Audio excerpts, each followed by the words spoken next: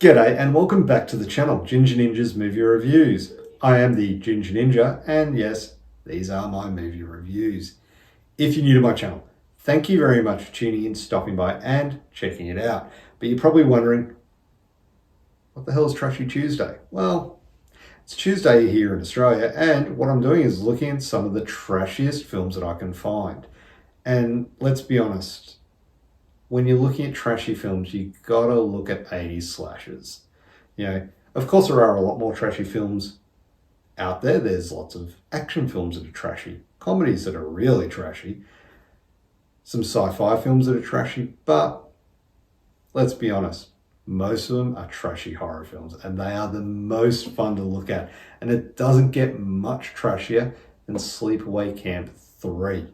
Teenage Wasteland, also known as Nightmare Vacation 3, which was news to me because I only found that out as I did Sleepaway Camp 2, which was a hell of a lot of fun, that was called Nightmare Vacation 2. Mind blown, hey?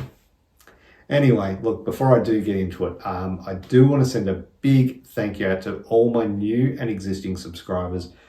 Yeah, it blows me away that every week you guys are tuning in and watch me dribble on about these trashy movies.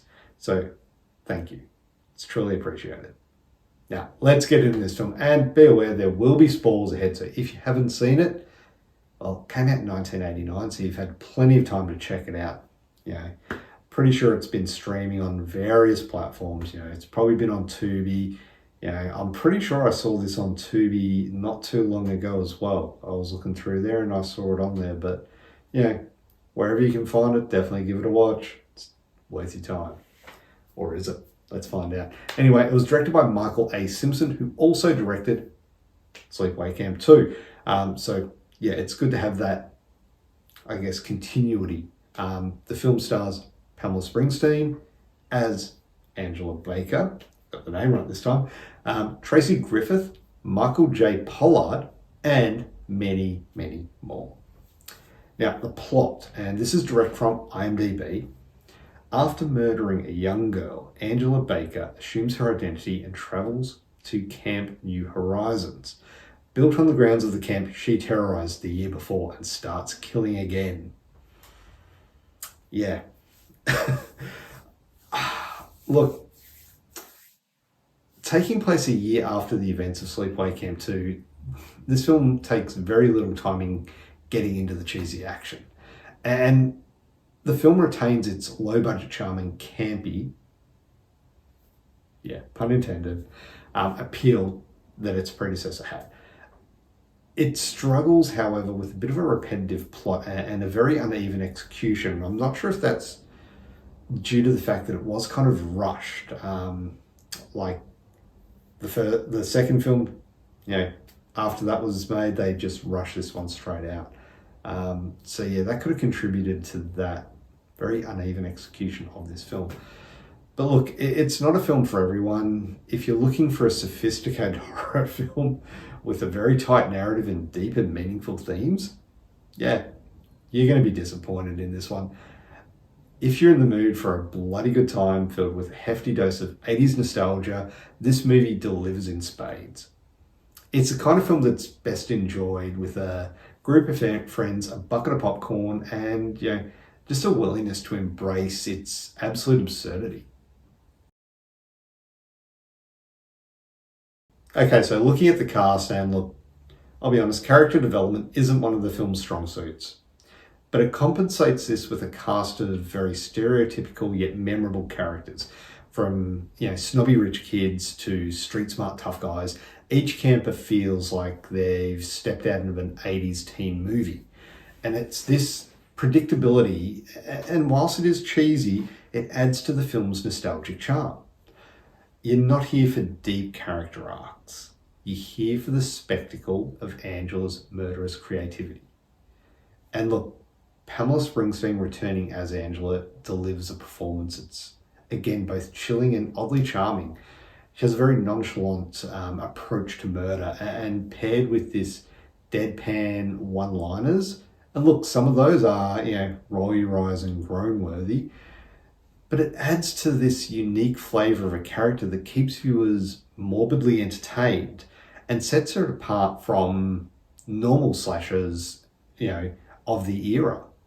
You very rarely, even nowadays, you very rarely get a killer in this type of film, a slasher film, that does make those kind of witty one-liners. Yeah, you've got Freddy, but for every Freddy and every Angela, you've got a Jason Voorhees, Michael Myers, Leatherface, and they're just your classics. Victor Crowley, look at him. Even Jacob Goodnightly. I think Goodnightly is his name from the See No Evil franchise. He doesn't really say a lot either. So a lot of those characters, I mean, look at Ghostface. Like, he, on the phone, he makes a lot of comments. Like, he does. But when he's doing the killing, nothing. I'm pretty sure there's very, very little said, Now, the supporting cast. You've got Tracy Griffith as Marsha Holland, and that's the film Survivor Girl, and Michael J. Pollard as Herman, a very sleazy camp counselor. And look, I will say that Tracy Griffith was very underdeveloped as a character. She does manage to convey a sense of vulnerability and resilience, but there could have been more expanded on there. Pollard's performance, on the other hand, is over the top and very campy, and it's fitting of the overall tone of the film. It's yeah. But to be honest, like, I needed to wash my eyes out after seeing him get it on with a teenager. Yeah, wow. That was probably the scariest or most disturbing thing I've seen in this whole franchise. It was worse than poop leeches.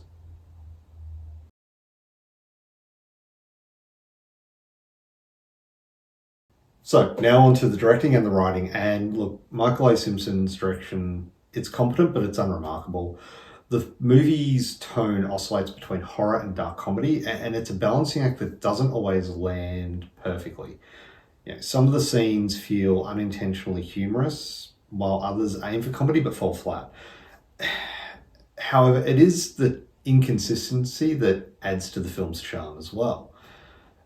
The film's pacing is very uneven, and it has moments of tension and suspense that are often interrupted by these sluggish attempts at humour, and that disrupts the flow and reduces the build-up of this tension. Cinematography is functional. It does capture the surrounding campgrounds quite well, but the visual style of the movie is quite dated, and it does lack creativity. And this can detract from the overall viewing experience, and it does fail to elevate the film beyond its B-movie status.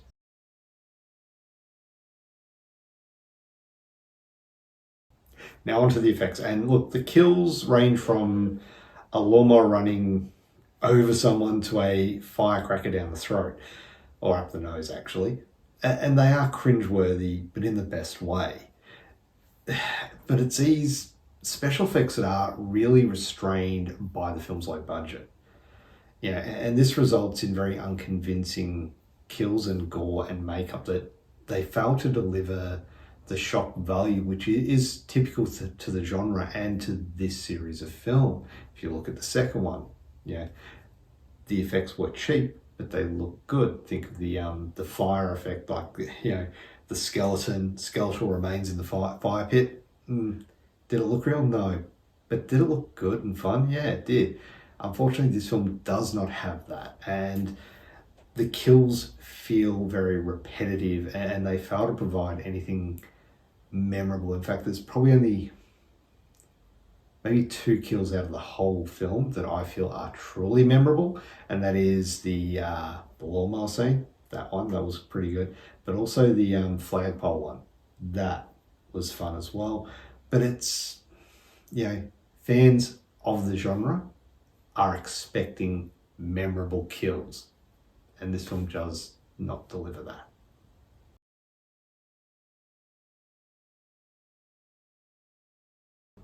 Rewatchability is a big thing for me, as you're aware, and Look, for fans of Sleepaway Camp 2, there may be a sense of nostalgia that offers some entertainment value despite its flaws.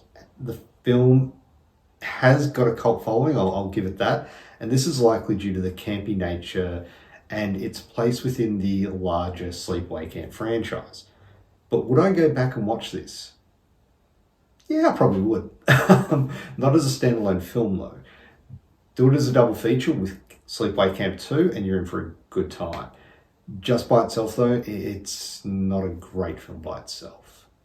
But looking at the Teenage Wasteland, every time I look at that, all of a sudden I just feel teenage dirtbag. I've just got that going through my head now. So now you do too. Enjoy.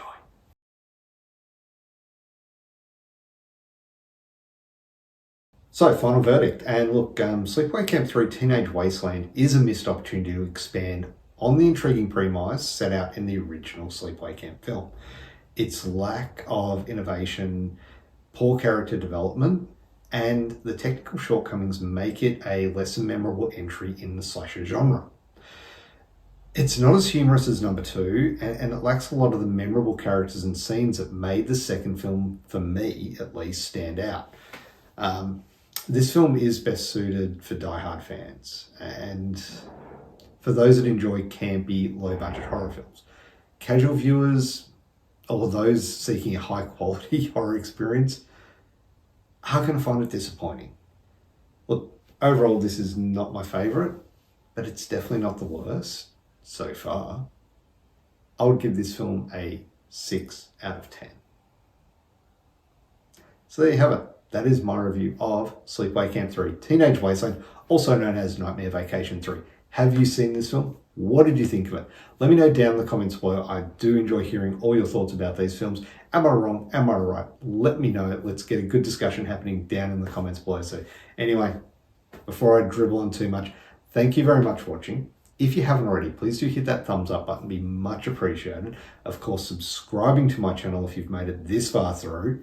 And hit that notification bell so that way you're notified every time I do release a new review.